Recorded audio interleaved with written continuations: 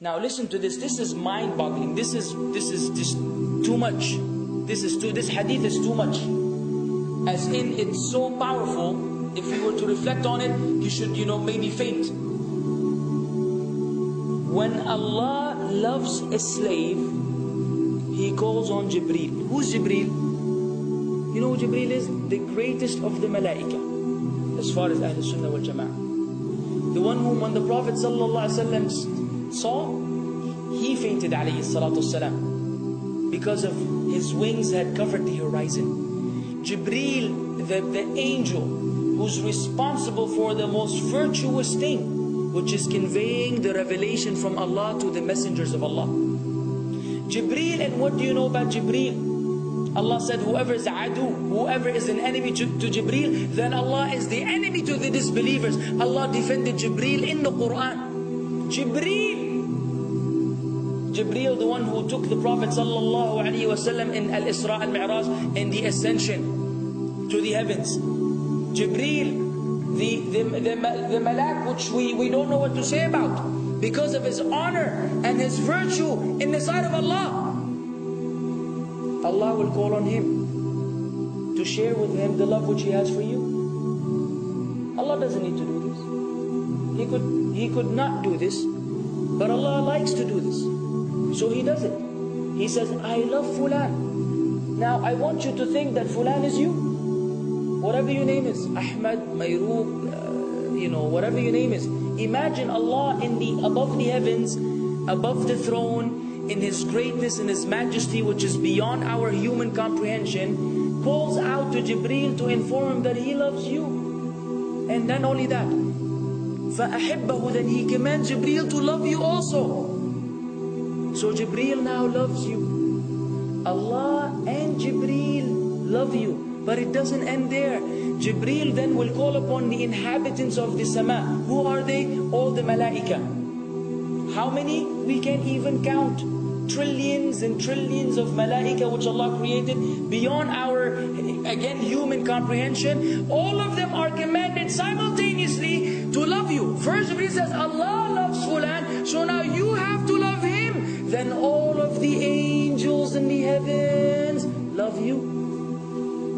Then Allah will place acceptance for you on earth. So people will love you. Not everyone. You may be saying, why do I have enemies? People who love the Sunnah will love you. The people who love Allah and His Messenger will love you. The people who are upon the correct aqidah and methodology will love you. Other people may hate you because of a problem in them, not because of a problem in you. Because you may say, well, this fasiq, this evil, disobedient person doesn't love me. Don't expect him to love you. He loves people like himself. Who will love you? Righteous people. Righteous people. They don't know why. They don't even know why. You've never even given them $1 or a rial or a pound. You've never done anything for them. Maybe you scream at them. Maybe you do other things. It's Allah. Why? Because Allah had loved you first, then Jibreel had loved you first, then the malaika loved you afterwards, then Allah put acceptance for you on earth, so people have no choice but to love you. We ask Allah to make us among them. Now what better than that? What else do you want? What else do you want? What? If you're a person whom Allah loves, in every movement you go, you do, you stray, you sleep, whatever you do, you are among those whom Allah loves and Jibreel loves and the angel loves. What else do you want, ya akhi? You're guaranteed success in this life and in the life to come. Guaranteed. No way Allah will punish you. No way. No way Allah will punish someone whom He loves. But the hadith doesn't stop. The hadith has a very saddening continuation, which we should seek refuge with Allah from. وَإِذَا أَبْغَضَ عَبْدًا, and if Allah hates a slave, He also calls on Jibreel. And He informs Jibreel that He hates this person. So He will command Jibreel to hate this person. Then Jibreel will tell the angels to hate this person. Then Allah will put hatred for him on earth.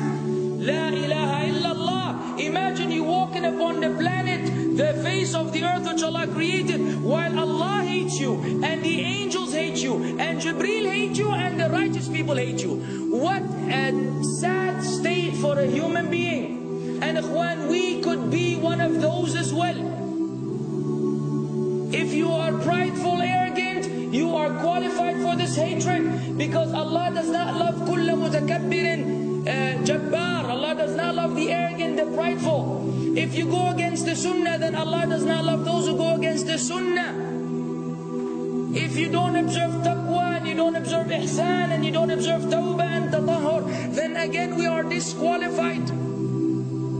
If you, many things which we can mention, many things which will bring about Allah's hatred and deprive us of Allah's love. It's a very sensitive situation, meaning right now you have to be one of these two. Either Allah loves you or He doesn't.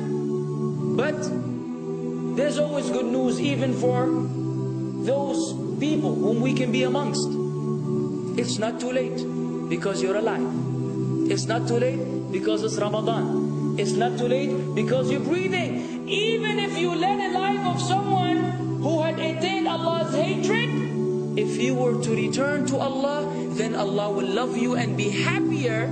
He will be so happy with your tawbah than a man who lost his mount in the desert. Upon it was his food and his drink, and then he waited under a tree for death, and all of a sudden he opened his eyes and he sees his camel or his horse or whatever that was right in front of him, and he gets so happy. He said, Allahumma anta abdi wa ana rabbuka. Oh Allah, you are my slave and I am your Lord. Kufr. He said a statement of kufr, but the Prophet ﷺ said, أَخْضَأَ مِنْ شِدَّةِ الْفَرَحِ. He made a mistake because he's so happy. You know when you're so happy that you may say things against what you want to say? When you're so happy that you just, you say words that mean nothing to anyone? Allah is happier when you return to Him than that person. What else do we want? For how long are we going to stay away from Allah? For how long are we going to lead the life of the heedless? For how long are we going to go against the sunnah? What are you waiting for? Death? Death. حتى إذا جاء أحدهم الموت قال رب ارجعون لعلي أعمل صالحا فيما تركت كلا. Until when death comes to one of them, you say, oh Allah, allow me to return so that I may do good in that which I left behind. And it will be said to him, no, it's only a word. إِنَّهَا كَلِمَةٌ هُوَ قَائِلُهَا. It's nothing but a wish and a word he will have. It will not be fulfilled. Let us not wait for death, ya akhwan. If each one of us here, by Allah, if each one of us here acted upon the sunnah, lived according to the sunnah, and invited people to the sunnah, and enjoyed what is good, and forbade what is evil, wallah, we would make a major change in the city in which we live. And if Muslims hearing this all over the world had that same attitude, then we will change the condition of the whole ummah. So no enemy can come and play games with us. We will squash them, all of them. Because Allah will defend. إِن تَنْصُرُ اللَّهِ يَنْصُرْكُمْ وَيُثَبِّتْ أَقْدَامَكُمْ. If you aid Allah's deen, Allah will aid you and will keep your feet firm. But we don't even live according to the sunnah, let alone be given victory over the enemies. So we're being humiliated in everywhere we go in the world. So let us make that change. Now that Ramadan is here, now that you've been given this sudden inclination towards good, if we don't succeed, if we don't take advantage of this month, wallahi, we are losers. If Ramadan ends and you are the same way you were before Ramadan began, then one of us is a loser. If we don't return to Allah after Ramadan, then we are losers as well.